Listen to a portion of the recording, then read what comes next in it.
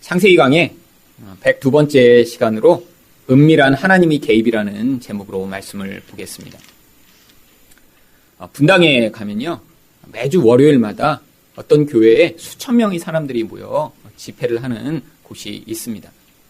그런데 그곳에 모인 사람들은요, 원래 그 교회 교인들이 아닙니다.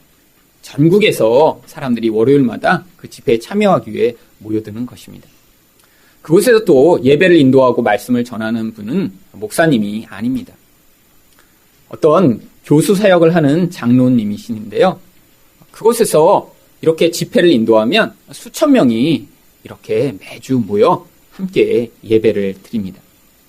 왜 사람들이 자기 본교회를 놔두고 그곳에 그렇게 모여 예배를 드리는 것일까요? 그곳에서 그렇게 예배를 드릴 때 기적이 나타나 병이 치료받는다라는 그런 소문이 있기 때문에 원근 각처에서 사람들이 모여들어 그렇게 많은 사람들이 예배를 하는 것입니다. 그런데 정말 그곳에 예배를 드리면 모든 병이 다 낫게 되는 것인가요? 하지만 또 모여든 분 중에 소수의 분들이 기적을 체험하고 병이 낫는 경우들도 있을 것입니다. 근데 그것이 꼭 그 장로님의 기도를 받아서가 아니라 간절한 열망과 또 그런 깊은 필요 가운데 하나님께 간구할 때 그런 은혜가 임하는 경우들이 있는 것이죠. 물론 우리가 아플 때 그렇게 병에서 기도만 하면 다 낫게 된다면 얼마나 좋겠습니까? 병만이 아닙니다. 우리 인생에 닥치는 수없이 많은 문제들 가운데 우리가 이렇게 하나님께 간구하면 하나님이 기적적으로 그 문제를 해결해 주신다면 얼마나 좋겠습니까? 그런데 신앙생활 가운데는요, 이런 기적이 흔하지 않습니다. 제 인생 가운데도 기적들을 경험한 적이 있었습니다. 그런데 그것이 일상으로 일어나면 그것은 기적이 아니겠죠. 그래서 어떤 사람들은 이렇게 자기가 문제 가운데 있고 그 문제 때문에 고민하며 기도했는데 잘 해결이 되지 않으니까 하나님에 대해서 오해를 하기 시작하는 사람들이 있습니다. 우리 하나님은 이 땅의 문제에 간섭하지 않으셔. 하나님은 아무리 기도해도 응답하지 않으셔. 하나님은 내가 잘못하기를 기다렸다가 나만 혼내는 분이야. 이런 오해들을 하는 사람들이 많이 있습니다. 하지만 하나님은 그렇지 않으십니다. 하나님은 이 땅의 우리 삶에 대해 계획을 가지고 계시고요. 그 계획을 이루어 나가시기 위해 개입하시는 분이십니다. 그런데 하나님의 개입이 이 세상에 있는 사람들의 개입과는 다른 방식으로 이루어집니다.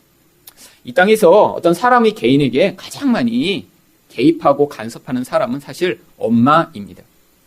여러분, 엄마를 생각하면 이렇게 엄마가 물론 많은 필요들을 챙겨주고 또한 사랑을 베풀어 주지만 또 엄마가 얼마나 많은 간섭과 또 많은 개입을 합니까?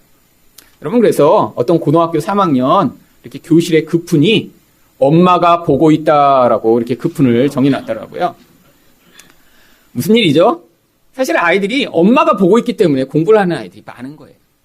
엄마가 안 보고 있으면요, 안 하는 거죠. 왜요? 공부 안 하면 엄마가 혼내고 간섭하고 하니까요. 그런데 하나님이 이 땅의 삶에 그렇게 엄마처럼 개입하시면요, 아마 우리는 힘들어서 못 살 것입니다. 우리가 잘못할 때마다 그 불꽃 같은 눈으로 쳐다보고 계시다가 그 다음에 우리를 와서 찔르시고 괴롭히고 그리고 야단치신다면 우리가 어떻게 살 수 있을까요? 하나님은 그렇게 엄마처럼 개입하시지 않으세요. 하나님은요, 자기 계획에 있으시기 때문에 그 계획을 이루시기 위해 우리 인생에 개입해 오십니다. 하나님이 이렇게 엄마처럼 개입하시지 않기 때문에 우리는 오해를 하는 거예요. 하나님은 우리를 자율적인 존재로 만드셨습니다.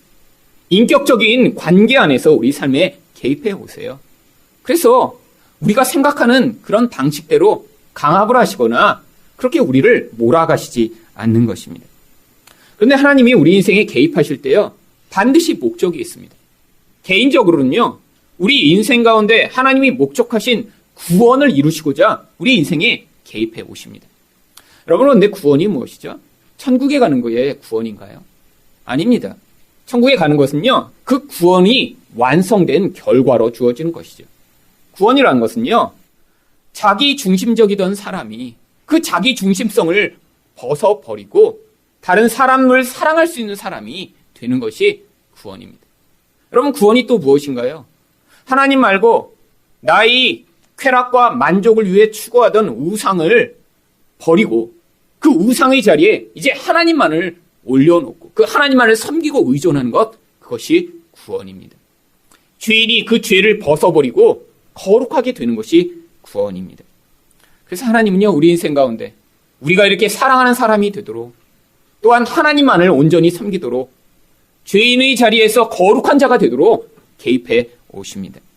그러니까 하나님이 개입하시면 어떤 결과가 나타날까요? 자기밖에 사랑하지 못하고 남을 용서하고 용납하지 못하던 자가 이제 남을 사랑하게 될 때 하나님이 개입해 오신 것입니다. 자기 쾌락을 위해 살아가던 자가요, 이젠 그 쾌락의 자리에 하나님의 뜻을 올려놓고 하나님을 기쁘게 하기 위해 사는 인생이 나타날 때 구원받고 있는 것입니다. 그런데 하나님이 이렇게 우리 인생에 개입해 오시면요, 우리는 사실 그것을 하나님의 개입이라고 여기지 않고요, 그것을 환난과 고통과 어려움이라고 생각하게 됩니다. 왜죠? 우리가 어려움이라고 느끼는 모든 것들은요, 내가 원하는 것들이 주어지지 않을 때 어려움이라고 느껴요. 우리가 어려움이라고 느껴지는 것은요, 내 계획이 틀어졌을 때 그걸 어려움이라고 느낍니다. 근데 하나님이요, 우리 인생이 지금 우리가 살고 있는 방식대로 그냥 방치하시면요, 우리는 여전히 죄 가운데 매여 있습니다. 남을 사랑하기보다는요, 나의 욕심이 이루어지지 않으면 분노하고 미워하는 것이 우리의 모습입니다. 남이 내가 원하는 대로 반응하지 않으면요, 끝까지 보복하고 싶은 게 우리 본질적 모습이에요. 하나님의 뜻보다는 내 욕심을 올려놓고 내 욕심을 위해 살아가고 그것이 이루어지기를 간구하는 게 우리들이에요. 그래서 하나님의 개입을요, 우리는 기뻐하지 않습니다. 그리고 하나님이 개입하셔서 우리를 이런 거룩한 존재, 사랑하는 존재가 되게 만드시려고 하면요, 그걸 하나님의 개입으로 여기기보다는요, 오히려 마귀의 시험과 공격이라고 여길 때가 많죠. 하나님은 이렇게 개인을요, 하나님의 목적에 따라 개입하심으로 하나님이 구원을 이루어 나가십니다. 그런데 하나님이 이렇게 우리 인생 가운데 그런 개인적 목적만을 위해 개입하시는 것은 아니에요. 하나님 또 하나님 나라라고 하는 그 거대한 하나님의 궁극적 목적을 완성하시기 위해 하나님이 또 개입해 오시세요. 하나님이 하나님의 백성의 인생 가운데 개입해 오셔서 지금 당장은 드러나지 않지만 몇십 년 후, 몇백 년 후, 심지어 몇천 년 후의 일까지 그 하나님 나라의 커다란 완성의 그 궁극적 계획을 위해 하나님이 한 사람의 인생, 한 민족의 그런 여정 가운데 개입해 오시는 것입니다. 여러분, 그래서 하나님은요, 그 목적을 반드시 이루어 나가십니다. 오늘 본문에 나오는 이 요셉의 인생 가운데도 하나님이 이렇게 개입해 오십니다. 개인적으로도 구원받게 하시고요, 또한요, 그를 통해 이 하나님이 계획하고 계신 이 하나님 나라의 일들이 이루어질 수 있도록 하나님이 이 요셉의 인생에 개입해 오신 것입니다. 우리가 볼 때는 이 요셉의 인생이 점점 최악으로 치달아가는 것처럼 보여요. 하나님이 개입하시지 않는 것 같아요. 근데 하나님이요, 눈에 보이는 방식으로 개입하시진 않았지만 주변의 사람을 통해, 환경을 통해 은밀하게 개입해 오심으로 말미암아 하나님이 개인적으로 하나님 나라의 궁극적 목적을 위해 가지고 계신 그 하나님의 계획을 이 요셉의 인생을 통해 완성하신 것입니다. 오늘 말씀을 통해 어떻게 하나님이 은밀하게 개입하시는가를 살펴보고자 하는데요. 첫 번째로 개인적 환난으로 하나님의 목적을 성취하십니다. 12절 말씀을 보겠습니다. 그의 형들이 세겜에 가서 아버지의 양떼를 칠 때에. 여러분, 이 세겜이라는 곳은 얼마 전에 이 야고보의 그런 일행이 도망쳐 나온 그런 도시입니다. 어떤 일이 여기에 있었나요? 이 야고보의 아들들이 이 세겜에 있는 사람들을 거짓에 속인 다음에요, 그들을 몰살하고 거기서 노략질을 했던 바로 그 땅이에요. 그래서 그들이 합쳐서 이 야고보의 일행을 죽일까봐 두려움에 떨다가 하나님이 말씀을 따라 베델로 도망을 쳤었죠. 아니, 그런데 왜 이 아들들이 지금 다시 얼마 시간이 지난지도 않았는데요, 세겜 땅으로 양을 치러 간 것일까요? 이 이스라엘 지도를 놓고 보시면요, 이 세겜 지역까지는 아주 풍요로운 평야가 있습니다. 근데 거기서부터 이렇게 언덕이 시작되다가요, 남쪽으로 내려올수록요, 이렇게 산이 많아지고요, 또 기후가 점점 더워지면서 풀이 그렇게 풍성하지가 않습니다. 북쪽에는 풍성한 풀이 있는데 이 남쪽에는 풍성한 풀이 없으니까요, 결국에는 이런 위협이 있지만 자기들의 목축을 위해 어쩔 수 없이 북쪽으로 올라간 것입니다. 그런데 이전에 이렇게 큰 문제가 있었던 곳이잖아요. 아들들을 거기에 보내놓고 나니까 이 야곱이 불안해지기 시작했어요. 이 정도면 이제 와야 될 텐데 무슨 일이 있는 것은 아닐까? 걱정이 시작되니까요. 지금 불안하다 못해 이제 자기 곁에 있던 요셉을 보내기로 한 것입니다. 13절 말씀입니다. 이스라엘이 요셉에게 이르되 내 형들이 세겜에서 양을 치지 아니하느냐? 너를 그들에게로 보내니라. 요셉이 아버지에게 대답하되 내가 그리 하겠나이다. 여러분, 요셉도 원래 형들이랑 같이 양을 치던 목동이었습니다. 근데 왜 지금은 형들과 같이 양을 치지 않고 아버지 곁에 머물러 있었죠? 이 세겜이 위험한 곳이니까요. 아버지가 요셉만 남겨두고 형들만 보내놓은 거예요. 그런데 너무 시간이 지나도 안 오니까 걱정이 돼서 자기 곁에 있던 요셉을 보내기로 한 것입니다. 헤브론에서 세겜까지는 약 90km의 거리입니다. 걸어가면 한 3일 정도 되는 거리죠. 근데 그곳까지 갔는데 거기에 형들이 없습니다. 그때 어떤 한 사람을 만나게 됩니다. 15절부터 17절까지 말씀입니다. 어떤 사람이 그를 만난즉 그가 들에서 방황하는지라. 그 사람이 그에게 물어 이르되 내가 무엇을 찾느냐. 그가 이르되 내가 내 형들을 찾아오니 청하건대 그들이 양치는 곳을 내게 가르쳐 주소서. 그 사람이 이르되 그들이 여기서 떠났느니라. 내가 그들이 말을 들으니 도단으로 가자 하더라 하니라. 요셉이 그 형들의 뒤를 따라가서 도단에서 그를 만나니라. 여러분, 들을 이렇게 혼자 헤매고 있는데 어떤 사람이 발견하더니 아니 도대체 뭐를 찾길래 이렇게 들을 헤매고 다니냐고. 물어보니까 자기가 알고 있대요. 여러분, 이 어떤 사람, 왜 여기에 도대체 나타나서 이 요셉에게 형들이 행선지를 알려준 것일까요? 이 어떤 사람을 만나지 않았으면요, 이 요셉은 형들이 있는 곳에 찾다가 못 찾고 다시 돌아와. 아버지, 아무리 찾아도 없어요 라고 얘기했을 텐데 이 어떤 사람 때문에 형들이 있는 곳에 가게 됩니다.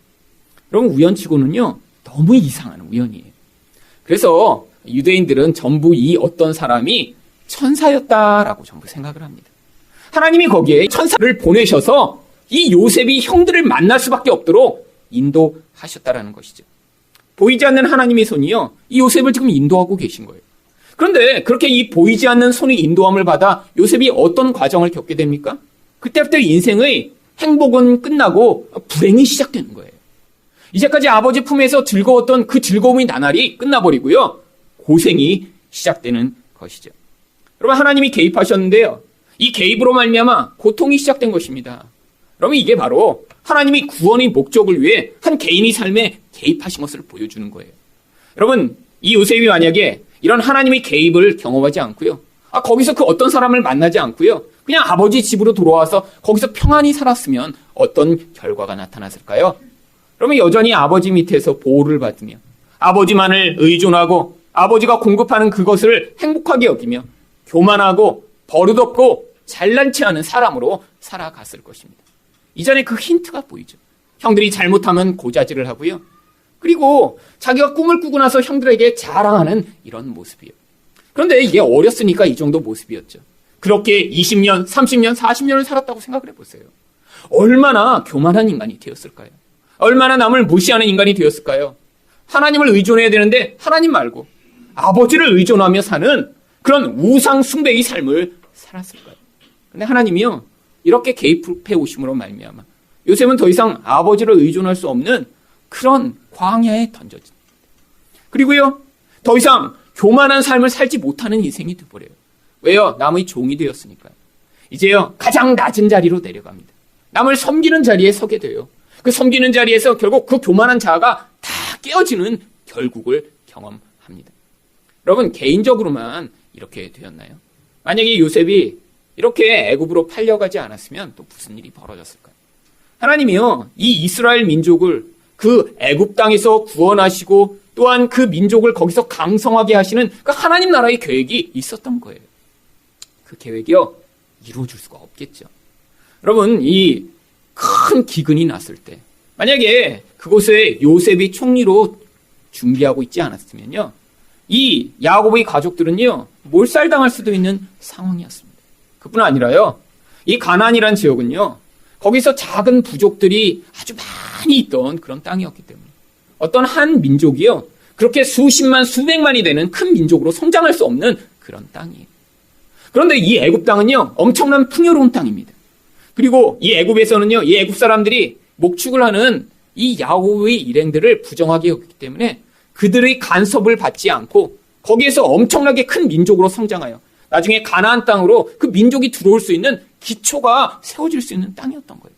하나님이요, 이런 한 개인에게 벌어진 이 불행의 사건처럼 보이는 일을 통해 하나님 나라를 세워나가시는 그런 하나님의 계획을 지금 이루어 나가고 계신 것이죠. 우연히 벌어진 이런 사건으로 요셉 개인적으로는 어려움과 고통의 상황들이 찾아왔지만요, 하나님이 목적하신 개인적 구원과 하나님 나라의 일들이 이 요셉을 통해 지금 준비되고 있었던 것입니다. 여러분, 구원은요, 이렇게 늘 우리가 볼 때는 고통스러운 과정을 통해 성취됩니다. 저 또한요, 제 인생 가운데 제가 성장하고 제가 준비되고 제 인생에서 의미 있는 그런 과정들은요, 늘 고통스러운 과정이었어요. 그런데 제가 그것들을 선택하지 않고요, 나는 지금 있는 자리가 좋아, 내가 지금 하고 있는 일이 행복해라고 생각하는데 하나님이 이렇게 요셉처럼 우연히 어떤 사람의 개입을 받게 하시고 거기서 그 사람들을 통해 결국 제가 가야 할 곳으로 가게 돼서 거기서 이런 하나님이 목적하신 구원의 과정들을 경험한 일들이 여러 번 있습니다. 대표적인 것이 바로 미국에 유학을 갔던 일이죠. 여러분, 제가 이전에 유학을 선택할 때 그렇게 제 안에 유학에 대한 간절한 열망이 있었던 것이 아닙니다.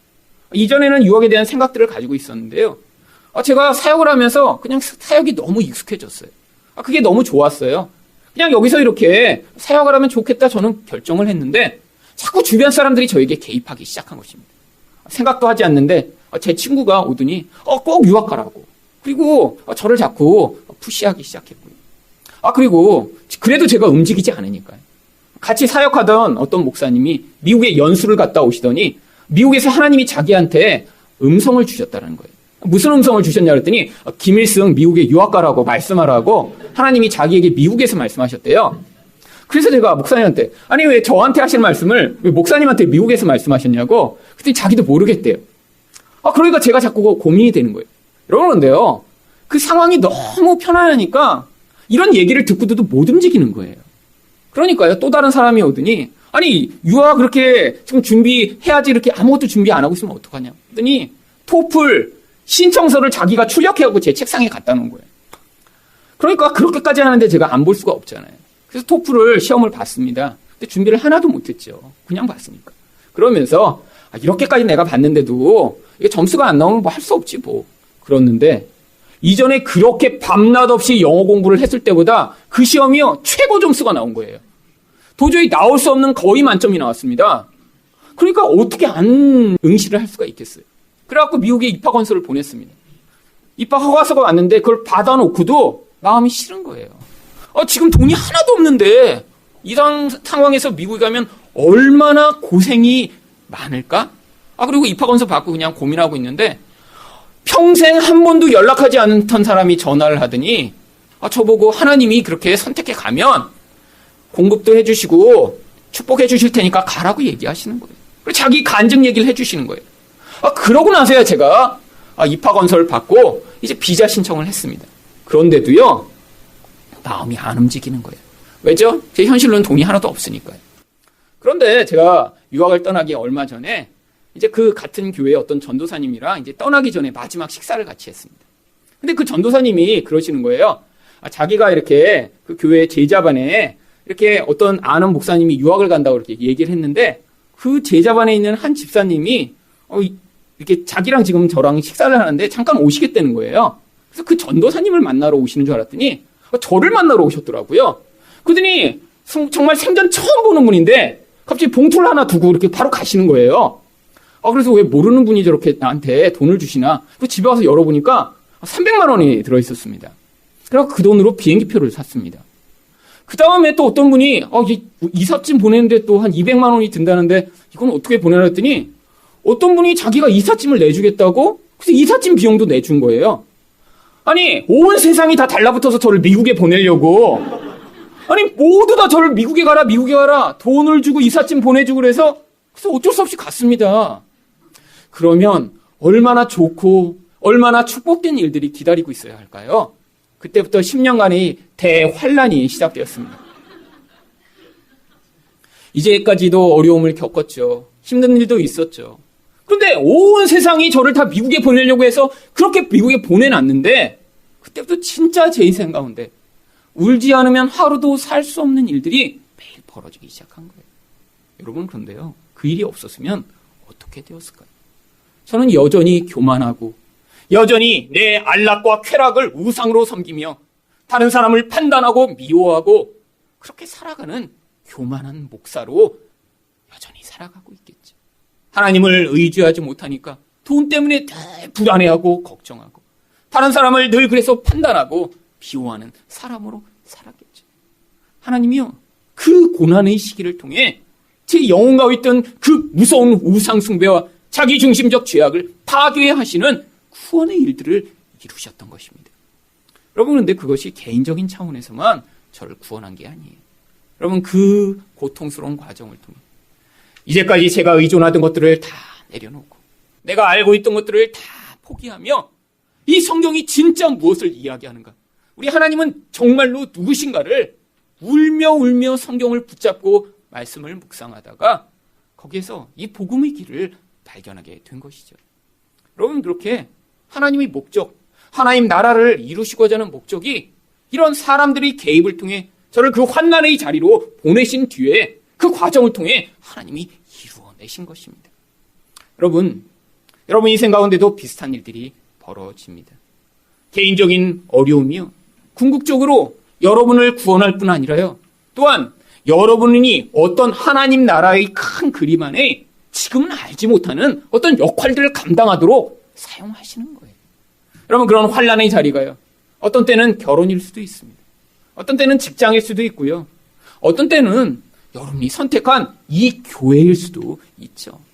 하나님이 그런 환난과 어려움을 통해 하나님이 백성의 인생에 개입하심으로 말미암아 이전에 이렇게 왜 자꾸 내가 여기로 인도함을 받지? 나는 마음이 없었는데 왜 이 일을 내가 하게 되지? 내가 왜 이 사람을 만났지 했는데 결국에는 하나님이 목적하신 것을 그런 은밀한 개입과 만남을 통해 이루어 가시는 것입니다. 여러분, 다 남이 고생했다 그러면 다 되게 즐거워하시죠? 그런데 그게 자기 이야기가 되면 되게 다 싫어하는 게 우리들입니다. 여러분, 그런데요, 제가 그래서 이렇게 고생한 이야기를 하면 굉장히 다 좋아하세요. 왜? 나는 싫은데 저 사람만 대표로 당했으면 좋겠다, 이런 마음이 있죠. 여러분, 성경에서도 그래 사람들이 제일 좋아하는 그런 인물이 누굽니까? 요셉이에요. 고생 아주 죽게 했는데 요셉이 대신 대표로 고생하고 나는 고생 안 하고 싶다는 거죠. 여러분, 그런데 저희 교회에 오신 분들은 그럴 수 없습니다. 이 말씀을 들었는데 어떻게 이 환난의 과정을 통해 그 욕심과 죄악에서 벗어나지 않으면서 나는 예수 잘 믿어 라고 할 수 있겠어요? 예수를 믿기 위해서는 여러분이 이제까지 우상으로 섬기고 있던 것, 자기 중심적으로 살아가던 것, 남을 사랑하지 못해 늘 판단하고 미워하고 소문내고 불평하던 그 자리로부터 벗어나야 구원을 받는 것인데 아직도 여러분 본질 안에서 그런 하나님의 개입이 일어나고 있지 않다면요, 아직 너무 준비가 안 되신 거예요. 준비가 되신 분들은 벌써 이제 출발선에 서셔서 달리시기 시작하셨습니다. 그래서 어떤 분이 그러시더라고요. 아니, 목사님은 왜 대표로 당하시지 저까지 이렇게 힘들어야 하냐고. 제가 당했으니까 다 당하시는 것입니다. 왜요? 고난이라는 게요, 다른 게 고난이 아니죠. 여러분, 나의 죄 때문에 당하는 것이 고난입니다. 나의 이기심 때문에 힘든 것이 고난이고요. 그걸 벗어나는 과정이 우리에게는 고난처럼 여겨지지만 그 궁극적 결과가 축복이며 기쁨이며 진정한 안식과 만족인 것입니다. 두 번째로, 하나님은 어떻게 은밀하게 개입하시나요? 악이 성도를 파괴하지 않도록 보호하십니다. 18절 말씀을 보겠습니다. 요셉이 그들에게 가까이 오기 전에 그들이 요셉을 멀리서 보고 죽이기를 꾀하여. 여러분, 얼마나 악한 형제들인가요? 동생이 멀리서 오면 동생이 여기까지 우리를 찾아왔네? 아니, 저렇게 3, 4일 길을 걸어서 얼마나 힘들었을까? 라고 생각하는 게 아니라 멀리서 보고 나서 저거 죽여버리자. 여러분, 얼마나 악한 마음인가요? 여러분, 오랜만에 보는 그런 사람 보면 막 저거 죽여야지, 이런 마음이 마음에 드세요? 여러분, 정말 악이 마음에 사무치지 않았으면요, 이런 반응을 할 수가 없습니다. 여러분, 이런 악한 형들. 근데 멀리서부터 어떻게 알아본 거죠? 이 요셉이요, 바로 그 밉디 미운 채색 옷을 펄럭이면서 왔거든요. 멀리서도 알아볼 수 있었던 거예요. 집에서 늘 볼 때 저 옷 내가 찢어버리리라. 언젠가 내가 보복하고 싶다. 그냥 빨가벗기고 싶어 라는 마음을 늘 가지고 있었는데 멀리서 그 옷을 펄럭이며 오는 그 요셉을 보자마자 비움이 싹 튼 것이죠. 그들이 그 요셉을 향해 뭐라고 이야기합니까? 19절입니다. 서로 이르되 꿈꾸는 자가 오는도다. 여러분, 그런데 여기 나오는 이 꿈꾸는 자라고 하는 표현은 히브리어 원어로 읽으면 꿈들의 주인이 온다라고 되어 있습니다. 어떤 꿈들의 주인이죠? 바로 이 요셉이 이전에 꿨던 꿈이요. 이삭단이 자기를 향해 절하는 꿈이요. 하늘이 해와 별과 달리 자기를 향해 절하는 그런 꿈. 이 꿈들을 이 요셉이 가지고 있는 거예요. 근데 왜 이렇게 꿈들의 주인이라고 부른 것입니까? 바로 그 꿈에 대해서 얼마나 미운 마음과 분노하는 마음을 가지고 있었는지요. 20절에 그들이 이렇게 이야기합니다. 자, 그를 죽여 한 구덩이에 던지고 우리가 말하기를 악한 짐승이 그를 잡아먹었다 하자. 그의 꿈이 어떻게 되는지를 우리가 볼 것이니라. 여러분, 죽이고자 했던 이유가 아버지에게 너무 많은 사랑을 받으니까 쟤를 죽이자 한 게 아니에요. 그 꿈이 어떻게 되는지 보자. 여러분, 왜 꿈 때문에 죽이고자 한 거죠? 여러분, 이 요셉이 아버지의 사랑을 받는데요. 하나님조차 이 요셉을 사랑한다고 생각하니까 하나님에게 지금 분노하고 있는 것입니다. 당시의 꿈은 하나님의 계시의 통로였습니다. 그 꿈을 2번이나 꾼 것은요, 하나님이 반드시 이루신다는 것들을 보여주는 것이에요. 여러분, 요셉의 형들은요, 지금 착각하고 있는 거예요. 하나님이 이 요셉만 편애하고 계시다고 생각하는 것입니다. 여러분, 그런데 하나님이 요셉을 편애하신 것인가요? 편애가 아니에요. 그의 성품과 모습과 기질에 따라 그에게 어떤 역할을 맡기신 거죠. 여러분, 그 역할을 사실 다른 형들은 감당할 수 없는 역할입니다. 이런 고난을 지나갔을 때 그 고난 가운데 그것을 하나님의 뜻으로 받아들일 수 있는 그런 마음. 유혹이 찾아왔을 때 그 유혹을 거부하고 하나님의 뜻 가운데 신실하게 반응할 수 있는 그런 마음. 이런 고난을 지났지만 자기를 이렇게 고통하게 만든 사람들을 원망하고 미워하지 아니하고 그를 용서할 수 있는 이런 마음이요. 이런 마음은 다른 형제들은 가지고 있지 못해요. 무엇을 보면 알 수 있죠? 이전에 그들이 얼마나 무섭게 세겜 사람들에게 보복했는지를 보면 알 수 있어요. 또한요, 바로 이 창세기 38장에 보시면요, 이 형제들이 대표인 유다가 얼마나 쾌락 중심적인 삶을 살아가는지를 대표로 묘사하는 본문을 보면 알 수 있어요. 결국 하나님이 이 하나님 나라의 목적을 위해 그 12명 가운데 유일하게 선택할 수 있는 자가 이 요셉이었기 때문에 요셉에게 그 역할을 맡기신 것입니다. 여러분, 우리도 착각하는 경우가 많이 있어요. 우리가 세상에 살다 보면요, 부러운 사람들이 있습니다. 그런데 그게 꼭 세상 사람만이 아니에요. 교회 내에도 부러운 사람들이 있습니다. 자기가 정말 원하는 어떤 것을 어떤 사람은 가지고 있는 것 같아요. 나는 이걸 원하는데 왜 저 사람은 저걸 가지고 있지? 근데 자기가 볼 때 별거 아닌 것 같은 사람이에요. 자기가 볼 때 신앙적으로도 별로 뛰어나지 않아요.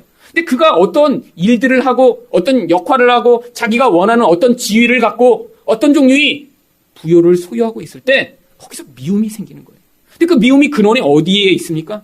하나님의 뜻을 받아들이지 못하는 거죠. 여러분, 하나님이요, 그 사람의 성품과 모습과 기질과 환경과 모든 것들을 종합해서 각자에게 역할을 맡기신 것입니다. 여러분, 이 땅의 인생이라는 것은요, 우리 하나님이 감독하고 계시는 영화와 같아요. 여러분, 영화를 보시면요, 늘 비슷한 역할을 하고 있는 사람들이 있습니다. 특별히 이 악당 역할을 맡은 사람은요, 늘 악당 역할을 늘 해요. 근데 그럴 수밖에 없어요. 얼굴이 조폭처럼 생겼는데 멜로드라마에 나오면 어떻게 될까요? 흥행을 할 수가 없습니다. 뭐 예를 들면 조폭의 사랑, 뭐 이런 영화가 만들어지면 몰라도요, 그냥 생긴 대로 쓰임받는 거예요. 여러분, 그래서 뭐 조폭으로 나오고 살인범으로 나오고 이런 나쁜 역할을 나왔다고 그 영화 배우가 늘 불만을 터뜨리나요? 아니에요. 그 역할을 잘해서 명품 조연 역할을 잘하는 사람은 또 칭송을 받습니다. 여러분, 이 땅의 인생이라는 게 그런 거예요. 여러분, 여러분이 아무리 노력해서 바꿀 수 없는 많은 요소들이 우리 인생 가운데 있습니다. 여러분이 여자나 남자로 태어난 것, 어떤 가정에서 태어난 것, 한국에서 태어난 것, 어느 정도의 지능과 능력을 가지게 된 것, 그게 태어나 보니까 다 주어진 것들이에요. 여러분, 그런데 하나님이 그런 환경 가운데 바로 개인적으로 하나님 나라의 일들을 위해 개입해 오심으로 말미암아 하나님이 큰 그림을 완성하는 거예요. 여러분, 그 그림에는 여러분만 있는 것이 아닙니다. 여러분, 생각해 보세요. 영화에 출연하는 100명이 있는데 그 100명이 다 주인공 역할을 하려고 하면 무슨 일이 벌어질까요? 그 영화는 망치죠. 여러분, 그 주인공은 근데 누가 배정하는 거예요? 감독이 그 사람의 캐릭터와 능력에 따라 다 배정을 하는 것입니다. 하나님 나라라고 하는 엄청나게 큰 그림이 있어요. 거기에 등장하는 인물들은요, 수십억 명이 될지도 모르는 정말로 많은 사람들입니다. 셀 수도 없는 사람들이 그 모든 하나님 나라의 그림을 지금 한 역할들을 감당하고 있는 거예요. 여러분, 그런데 거기서 내가 원하는 주인공 역할을 하지 못한다고 해서 분노하고, 그래서 다른 사람이 그 역할을 맡았다고 해서 죽이려고 하는 이 무서운 형제들의 모습이 우리 삶에서도 똑같이 나타나고 있는 거죠. 여러분, 다 역할이 다릅니다. 그 역할 가운데 내 인생에 이렇게 하나님이 개입하고 계시구나. 나를 통해 이 하나님 나라의 큰 그림을 중요하게 만들어가고 계시는구나. 나는 사실을 믿는 자만 하나님이 여러분 인생을 통해 이루어 나가시는 일을 받아들이고 그 안에서 하나님 나라를 위해 사용받을 수 있는 것입니다. 여러분, 언젠가 이 인생의 그 모든 그림이 끝날 거예요. 하나님이 계획하신 이 모든 하나님 나라의 그 영화가 마치게 되면 영화 끝에 엔딩 크레딧이 올라가듯이요. 여러분, 우리 이름도 거기에 올라갈 거예요. 하나님의 성전을 이루는데 사용된 기둥 아무개, 거기에 있던 등으로 사용된 아무개, 거기에 있던 촛대로 사용된 아무개. 여러분, 그렇게 수십억 명의 이름이 다 하나님 나라라는 것을 이루는 이름으로 사용되며 다 귀하고 다 아름다운 존재로 인정받게 되는 것입니다. 이렇게 악한 형제들, 하나님을 향해 분노하고 동생을 죽이려고 하는 이 형제들, 그런데 이 형제들이 그런 살해, 그런 동기와 그런 시도 가운데 하나님이 개입이 나타납니다. 21절 말씀입니다. 루벤이 듣고 요셉을 그들이 손에서 구원하려 하여 이르되 우리가 그의 생명은 해하치지 말자. 여러분, 우연히 이렇게 개입한 것 같은데요. 이 루벤의 개입을 하나님이 이전에 준비하고 계셨던 것입니다. 여러분, 이 루벤이 왜 여기서 다른 형제들과는 다른 반응을 했을까요? 이전에 자기 아버지에게요, 아주 큰 잘못을 한 적이 있었거든요. 창세기 35장 22절 말씀을 보시면 이스라엘이 그 땅에 거주할 때 루벤이 가서 그 아버지의 첩 비라와 동침하며 이스라엘이 이를 들었더라. 아니, 큰아들이요, 자기 아내랑 동침을 했어요. 여러분, 일반적인 아버지라면 어떻게 했을까요? 사실 그 아들을 잡아다 죽이는 게 정상적인 아버지입니다. 여러분, 그렇지 않겠어요? 그런데요, 오늘 본문에 이 야곱이 아무 일도 하지 않습니다. 그런데 어떻게 아무 일도 하지 않았느냐? 그 증거가 바로 야곱이라는 이름 대신에요, 이스라엘이라고 하는 하나님이 변화시키신 이름으로 2번이나 이름을 기록하고 있어요. 바로 이 창세기 35장에 나오는 이 이스라엘이라는 이름은요, 바로 베델에서 하나님을 만나고 거기에서 그 야곱적인 존재가 죽임을 당한 그런 영적 존재로서의 야곱을 부르는 이름인 것입니다. 야곱이 자기도 알지 못하는 가운데 이스라엘로 반응한 거예요. 하나님이 그 안에서 새 사람을 만들어내신 다음에 이전 같은 야곱과 같은 마음, 욕심이 많은 마음이었으면요, 자기 아내를 그렇게 간음한 그런 아들을 죽이고 싶은 분노가 치밀어 올랐을 텐데요. 하나님의 마음이 그에게 임해 그 아들을 용서하고 용납했던 것이죠. 여러분, 그래서요, 시간이 지난 다음에 이 루벤이 자기 아버지에게 너무 미안한 마음이 들었던 거예요.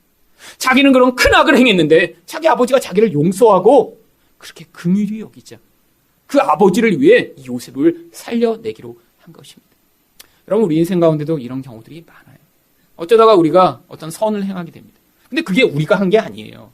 우리 안에 계신 성령님이 우리 안에서 새 사람을 만들어내시며 때로는 우리를 통해 선한 일을 하게 하시고요, 하나님을 위해 어떤 말을 하게 하시고요, 하나님 나라를 위해 어떤 행위를 하게 하시는 것입니다. 여러분, 그런데 그게요, 그 당시에는 유익이 되는 것 같지가 않아요. 내가 나의 돈을 누군가를 위해 주고요, 나의 것들을 내가 시간을 허비하며 누군가를 도왔고요. 그런데 하나님이요, 그런 반응들을 통해 미래에 또한 하나님의 어떤 목적을 이루기 위한 목적으로 지금 사용하고 준비하고 계신 거예요. 이게 하나님 나라의 일입니다. 우리는 당장 그 일이 어떻게 결론으로 나타나는지 알 수가 없어요. 어떤 때는 그게 10년 후에, 어떤 때는 20년 후에, 어떤 때는 30년 후에 나타날 수도 있어요. 여러분, 한국에 복음이 전파할 때 이런 일들이 많이 있었습니다. 여러분, 토마스 선교사요, 한국에 최초로 복음을 전하기 위해 대동강 나루터계에 이르렀는데요. 여러분, 그 제르날 셔먼호가 도착하자마자 한국의 그런 대원군의 명을 받은 군대가요, 그 배를 다 공격해서 다 불태워버렸어요. 토마 선교사가 땅에 내려서 그 무태에 발을 딛자마자 병사들이 와서 칼로 다 찔러서 죽여버렸어요. 피를 철철 흘리며 아무 일도 하지 못하고 성경책을 그냥 주고 죽어버렸습니다. 여러분, 얼마나 안타까운 일이죠. 아니, 그 일을 위해 한글을 배우고 몇 년 동안 준비해서, 그래서 하나님이 마음을 주셔서 이 땅에 왔는데 도착하자마자 그렇게 죽여버렸는데, 여러분, 도대체 이렇게 허무한 일이 어디 있어요? 여러분, 근데 하나님의 일이요, 바로 그런 데서 시작되는 것입니다. 여러분, 그렇게 성경을 이렇게 주니까요, 그걸 몰래 감춰서 집에 가지고 온 거예요. 왜냐하면 당시에 종이가 귀했거든요. 근데 종이가 두껍게 있는 책이니까 가져와서요, 그거를 아까우니까 벽지로 이렇게 발라갖고 자기 집 벽으로 이렇게 한 장씩 벽지로 삼아서 집에다 발라놓은 거예요. 그랬다가 누워서 읽기 시작한 것입니다. 심심하니까. 읽다가 예수를 믿게 된 거예요. 나중에 그래서 그분이요, 바로 평양에 세워진 그 소래 교회를 세우는 첫 번째 그런 장로님이 되었어요. 여러분, 하나님이요, 당장은 눈에 보이지 않지만 어떤 사람이 순교의 피를 뿌린 결과를 통해 나중에 하나님의 일들을 이렇게 행하시는 일들이 이 하나님 나라에는요, 얼마나 많은지 모릅니다. 여러분이 그래서 선을 행할 때 낙심하시지 말아야 돼요. 여러분, 하나님이 여러분에게 마음을 주셔서 어떤 행위를 하게 하시고, 여러분이 것들을 내놓게 하시고, 여러분이 용서하게 하시고, 하나님의 반응을 하게 하실 때, 그런 일들이요, 궁극적으로는 이런 하나님의 나라의 그런 일들을 위해 유익된 결과로 하나님의 목적 가운데 사용되는 것입니다. 루벤이 이렇게 말했더니 형제들이 어떻게 반응합니까? 23절과 24절입니다. 요셉이 형들에게 이르매 그의 형들이 요셉의 옷 곧 그가 입은 채색 옷을 벗기고 그를 잡아 구덩이에 던지니 그 구덩이는 빈 것이라 그 속에 물이 없었더라. 얼마나 옷을 벗기고 싶었는지 오자마자 제일 처음에 한 것이 채색 옷을 홀딱 벗겨버린 거예요. 물론 옛날에는요, 지금처럼 이렇게 속옷을 이렇게 갖춰 있지 않은 시대였습니다. 빨가벗겨서 지금 구덩이에 집어넣은 거예요. 여러분, 근데 다행히 지금 그 구덩이에 물이 없었습니다. 여러분, 물이 채워져 있는 구덩이였으면 어떻게 됐을까요? 어머, 물이 있네? 죽었네? 이렇게 될 뻔했잖아요. 근데 우연히 그 구덩이에 물이 없는 거예요. 그래서 던져졌지만 요셉이 생명을 보존합니다. 여러분, 성경에 기록되어 있지 않지만요, 요셉이 그렇게 형들에 의해 옷이 벗겨지고요, 그 구덩이에 던졌을 때 처음에 어떻게 생각했을까요? 형들이 너무 장난이 심하네. 형 왜 그래? 근데 지금 분위기가 그렇지 않은 거예요. 여러분, 구덩이에 이렇게 던져져서 요셉이 거기서 어떻게 반응했을까요? 울며 형 용서해줘. 잘못했어. 내가 이제 앞으로 절대 안 그럴게. 형, 내가 먹을 거 형 다 줄게. 형도 채소 입으라고 아버지한테 이야기할게. 울며 간구했겠죠. 여러분, 요셉이 그때 얼마나 애원을 하고 간구했는지요, 몇십 년이 지난 다음에도 이 형들이 그 사건을 생생하게 기억하고 있습니다. 나중에 22년이 지나서요, 이 형들이 요셉을 다시 만나요. 그때 자기들에게 어려움이 있자 그들이 그때 어떻게 그 과거를 기억하냐면요, 창세기 42장 21절입니다. 그들이 서로 말하되 우리가 아우의 일로 말미암아 범죄하였도다.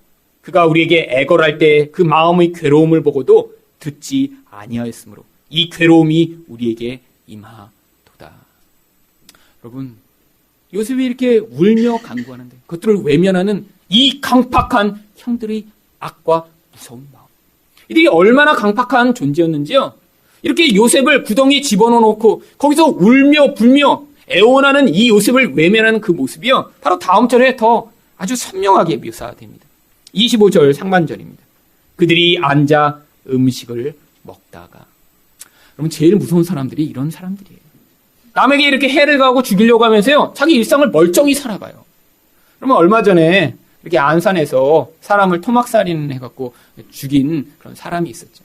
근데 제가 그 사람이 이제 죽인 다음에 바로 시체를 유기한 게 아니라요, 자기 화장실에 그 토막낸 시체를 며칠 동안 이제 두고 있었더라고요. 근데 정말 그걸 보고 제가 너무너무 가슴이 아프더라고요. 그렇게 토막난 시체가 옆에 있는데요, 거기서 화장실에서 샤워도 하고 용변도 보고 며칠을 같이 산 거예요. 그 토막난 신체랑. 그러니까 정신적으로 정상이 아니죠. 얼마나 무서운 마음을 가지고 있길래. 아니, 자기가 죽인 그 토막난 시체를 옆에 놓고 거기서 자기 일상을 살아갈 수 있죠. 이게 바로 형들의 마음이에요. 여러분, 이전에 이 형들이 얼마나 무서운 존재인가 세겜 사람들을 가차없이 몰살하는 장면에서 증명이 됐어요. 할례를 받으라고 하고 아파서 쩔쩔매는 사람들을 찾아가 다 칼로 찔러 죽이는 이 무서운 잔인성. 그러면 요셉 하나 죽이는 것쯤은요, 아무렇지도 않은 자들이에요. 그런데요, 하나님이 이 요셉을 보존하셨던 것입니다. 이 무서운 악에도 불구하고 하나님이 이 요셉을 보존하심으로 하나님의 궁극적 계획이 망쳐지지 않도록 지금 인도하고 계신 것이죠. 여러분, 여러분 인생 가운데 이 세상의 악이 여러분을 지금 함몰할 것처럼 여기세요? 여러분이 상사 때문에 너무 두려우세요? 그의 욕망과 이기심 때문에 고통하세요? 주변에 있는 사람들 때문에 아픔이 많으세요? 하나님이 그런 악에도 불구하고요, 하나님의 목적을 반드시 이루시는 하나님이시라는 거예요. 왜죠? 우리 하나님은요, 그 죄를 해결하실 수 있는 전능한 하나님이고 그 악을 넉넉히 이기실 수 있는 하나님이시기 때문이죠. 이 세상의 악이 팽배한다고 우리 하나님이 그 하나님의 계획을 이루시지 못하면요, 우리 하나님은 무능한 하나님이시잖아요. 그렇기 때문에 성경이 계속해서 이야기하는 것입니다. 이런 악에도 불구하고 하나님의 계획이 절대로 어그러지지 않는다고요. 우리를 향한 하나님의 계획이 그래서 반드시 성취될 것입니다. 세상은 우리를 죽일 수 있을지 몰라요. 그런데 우리 육신밖에 죽이지 못합니다. 우리 영혼은 우리 하나님이 보존하시며 우리 하나님의 목적에 따라 완성될 것이기 때문이에요. 여러분, 그렇게 하나님의 계획이 이 인류의 역사를 이끌어왔습니다. 세상의 나라들이 기독교를 멸망시키려고 했고요, 믿는 사람들을 죽였고요, 성경을 불태웠는데요, 하나님이 이 인류의 역사 가운데 그런 하나님이 전능하심과 능력으로 그 악이 이 기독교를 멸살시키지 못하도록 보존해 오셨던 거예요. 우리 인생에서도 동일한 일이 나타납니다. 여러분, 건강 때문에 두려우세요? 여러분, 주변에 있는 사람 때문에 걱정이 되세요? 여러분, 그 악이 여러분을 멸망시키거나 여러분을 망하지 못하도록 하나님이 여러분 인생을 지금 붙들고 계신 거예요. 하나님이 목적이 성취될 때까지, 이 땅에서 그 역할을 다 마칠 때까지 여러분 인생을 하나님이 붙들고 계시다는 사실을 믿으셔야 합니다. 마지막으로 하나님은 어떻게 은밀하게 개입하시나요? 육적 죽음을 통해 영적으로 새롭게 만드십니다. 25절 하반절 말씀을 보겠습니다. 눈을 들어 본즉 한 무리의 이스마엘 사람들이 길르앗에서 오는데 그 낙타들의 향품과 유황과 몰약을 싣고 애굽으로 내려가는지라. 여러분, 마침 그때 이렇게 장사를 하는 대상이 그들 옆을 지나갑니다. 그런데 그들이 어떤 물건을 가지고 있는지 왜 성경이 이렇게 시시콜콜 기록하고 있는 것일까요? 그들이 지금 나르고 있는 물건들이요, 향품과 유향과 몰약입니다. 물론 다른 것들도 있었을 거예요. 근데 성경이 이거를 일부러 기록하고 있는 이유가 있는 거예요. 왜요? 여러분, 이 향품과 유향과 몰약, 물론 대상들이 가장 많이 이렇게 무역을 하던 그런 물건들입니다. 그런데 이것들이 주로 언제 사용됐죠? 장례 때 사용되는 거예요. 시체가 너무 썩은 냄새가 심하게 나니까요, 이런 향품들로 그 시체의 죽은 냄새를 없애기 위해 많이 사용했죠.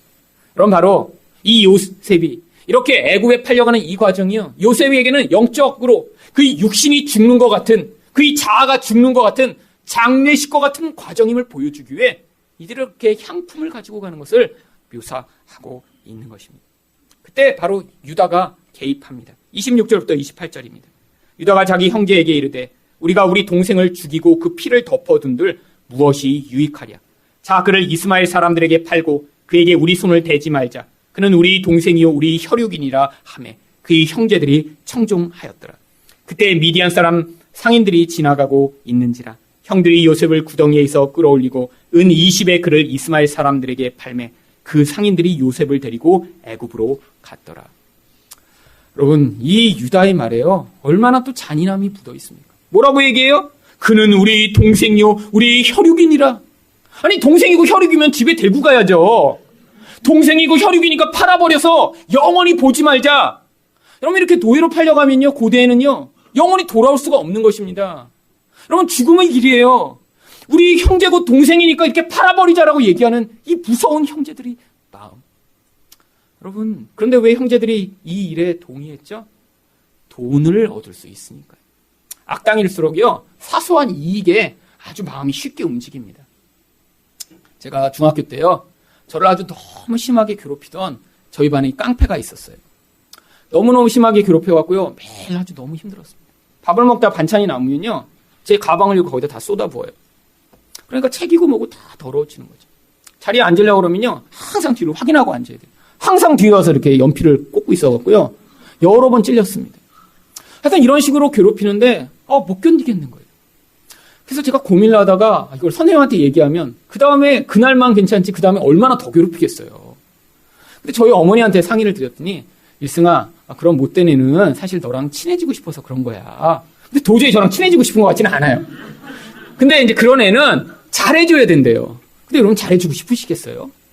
그러니까 마음으로는 막 미움이 싹 트는데 막 잘해줘야 된다. 도저히 다른 방법이 없었어요. 그래서 시험 마지막 끝나는 날 제가 얘기를 했어요. 야, 엄마가 내한테 용돈을 좀 주셨는데 우리 같이 영화 좀 보러 갈래? 당연히 좋다고 하죠. 그래서 그 친구랑 로보캅이라는 영화를 대한극장까지 가서 봤습니다. 그리고요, 나와서요, 어머니가 돈을 넉넉하게 주셔서 그래서 그 앞에 있는 뷔페에 가서 그래서 점심을 먹었어요. 얼마나 그날이 제 인생에서 충격적인 경험이었는지 사실은 뷔페에 먹는데 거기서 노래가 나오는데 그 노래 이름도 기억이 나요. 왜 불러? 이 노래가 그때 뷔페에서 계속 나오고 있었거든요. 근데 막 이 원수한테 이렇게 내가 잘해주려고 그랬는데 정말 그 일 이후에요. 그 친구가 제 친구가 됐어요. 그래서 나중에 대학생이 돼서까지 계속 만났습니다. 왜? 너무 친해져갖고. 너무 잘해주는 거예요. 힘이 세고 원래 좀 성격이 그런 놈이라 그때부터는요. 누군가 저한테 뭔가 잘못하려면 걔가 일승이 건들지 마. 이러면 이제 반에서 조용해지는 거예요. 그래서 제가 그때 깨달았어요. 악당일수록 사소한 이익에 목숨을 거는구나. 여러분, 이 형제들이요, 동생을 팔아버린 이유가 바로 거기에 있는 것이죠. 팔렸더니 어떻게 되었습니까? 36절입니다. 그 미디안 사람들은 그를 애굽에서 바로의 신하 친위대장 보디발에게 팔았더라. 여러분, 우연히 팔린 것 같아요. 우연히 보디발이 집에 간 것 같아요. 근데 거기에 꼭 갔어야만 되는 거예요. 이게 오랜 시간이 지나서야 깨달아지는 것이죠. 근데 이렇게 또 팔리는 자리에요. 이 요셉을 살려내고자 했던 루벤이 마침 그 자리에 없습니다. 29절과 30절입니다. 루벤이 돌아와 구덩이에 이르러 본즉 거기 요셉이 없는지라 옷을 찢고 아우들에게로 되돌아와서 이르되 아이가 없도다 나는 어디로 갈까. 어떻게 마침 그때 없었어요. 하나님이요 이 모든 우연한 사건들을 통해 요셉이 가야만 한 곳으로 지금 보내셨던 것입니다. 이런 우연이 하나도 없는 거예요. 우연히 지나가고 우연히 만나고 우연히 이야기하고 우연히 그 자리에 없었는데 이 모든 우연들이 하나님의 계획을 이루는 그런 과정이 되었던 것이죠. 여러분, 이 요셉이 이렇게 죽임을 당했음을 31절과 32절이 이렇게 설명합니다. 그들이 요셉의 옷을 가져다가 염소를 죽여 그 옷을 피에 적시고 그의 채색 옷을 보내어 그의 아버지에게로 가지고 가서 이르기를 우리가 이것을 발견하였으니 아버지 아들이 오신가 보소서 하매. 여러분, 여기도 이 형제들의 무서운 모습이 나옵니다. 사실 여기에 있는 원어로 읽으면요, 자기들이 직접 가져간 게 아니라요, 다른 사신을 통해 옷을 보낸 거예요. 옷을 먼저 보내서 알려준 거예요. 왜? 직접 아버지 얼굴을 대면하기 싫으니까요. 거짓말을 해야 되니까요.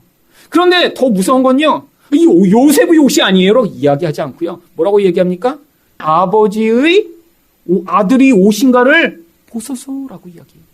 자기들과 지금 거리를 두는 거예요. 내 동생 옷 아니에요?가 아니라 아버지 아들이 옷 아니에요? 아버지 아들이 누구예요? 자기 동생이죠. 거리를 두면서 자기들과 관계없는 것처럼. 여러분, 이렇게 요셉이 영적으로 죽임을 당한 것입니다. 근데 그때 또 다른 사람이 실제로 죽습니다. 바로 누가 죽죠? 33절부터 35절을 한번 보세요. 아버지가 그것을 알아보고 이르되 내 아들이 오시라 악한 짐승이 그를 잡아먹었도다. 요셉이 분명히 찢겼도다 하고 자기 옷을 찢고 굵은 배로 허리를 묶고 오래도록 그의 아들을 위하여 애통하니 그의 모든 자녀가 위로하되 그가 그 위로를 받지 아니하여 이르되 내가 슬퍼하며 수올로 내려가 아들에게로 가리라 하고 그의 아버지가 그를 위하여 울었더라. 여러분, 여기서 지금 야곱이 죽은 것처럼 되어버린 것입니다. 왜요? 지금 이 야곱에게는 그 아들이 유일한 의존의 대상이었으니까. 자기 사랑하던 라헬을 잃어버렸습니다. 그 라헬을 대체할 유일한 대상이 요셉이었는데 그 아들마다 죽어버리자 더 이상 살 소망이 없어진 거예요. 아니, 이전에 이 야곱이 이스라엘 됐다면서요. 그러면 이 인간의 자아가 얼마나 끈질긴지요. 죽었다가 다시 부활하고 다시 부활해서 지금 여러 번째 부활한 모습으로 살아있는 것입니다. 여러분, 죽었어야 될 때가 죽지 않고 다시 일어난 거, 그걸 요즘 뭐라고 부르죠? 좀비라고 부릅니다. 여러분, 우리 자아가 좀비 같은 거예요. 이전에 완전히 죽어버렸으면 괜찮은데 그 라헬 때도 사실은 죽다가 완전히 죽은 게 아니라 다시 살아나서 그 라헬을 대체할 요셉을 붙들고 있었던 거예요. 근데 그 요셉이 사라지니까 내가 스올에 내려가는 게 낫겠다라고 하며 지금 위로도 받지 못하는 상황이 된 것입니다. 하나님이 이 과정을 통해 요셉의 육적 자아만을 죽이신 것이 아니라 야곱의 남아있던 육적 자아 또한 죽이신 것이죠. 여러분, 하나님이요, 이렇게 하나님의 일들을, 이런 우리가 세상에서 볼 때는 죽임을 당하는 것 같고 실패하는 것 같고 망하는 것 같은 상황을 통해 우리 인생 가운데 이루어 나가십니다. 여튼에 무엇이 이루어지나요? 하나님이 계획이 이루어지고요, 우리 육적 자아가 죽은 곳에서 하나님 나라가 온전하게 서게 되는 것입니다. 여러분 인생 가운데 일어나는 이런 모든 우연한 일들을 통해 하나님이 여러분 인생 가운데 개입하시며 하나님의 구원을 이루시고 하나님 나라를 이루어 가신다는 것을 믿는 여러분이 되시기를 예수 그리스도 이름으로 축원드립니다.